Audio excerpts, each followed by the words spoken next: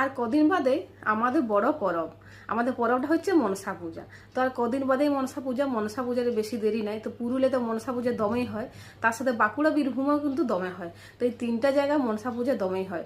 দুর্গা পূজায় যেমন আমাদের বিটিশিলারা বাপের ঘর আসে, সেরকম আমাদের পুরুলিয়ার মনসা পূজাও বিটিশিলারা বাপের ঘর আসে। আর এই তো মাত্র 10টা দিন বাকি আছে, সবার হয়তো হাঁস মুরগি ছাগল কিনা হয়ে গেছে। এটা তো দমে হিড়ে গেছে আমাদের মনসা পূজায়।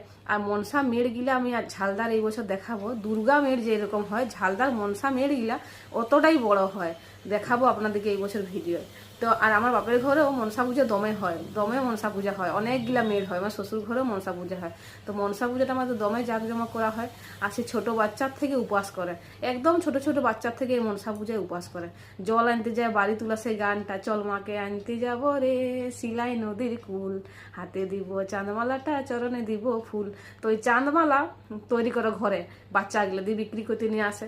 তো কদিন আগের থেকে ধুম, তার সাথে পড়বে তাল পাকা। তো মনসা পূজার আগে হয় তাল পিঠা, তারপরে মনসা পূজা।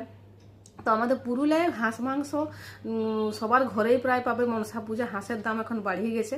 তো আমাদের তো পুরুলিয়ায় দমে মনসা পূজা হয়। তোমাদের কোনখানে কেমন মনসা পূজা হয় আমাকে একটু কমেন্টে জানাবা। বেশি তো দেরি নেই, কদিন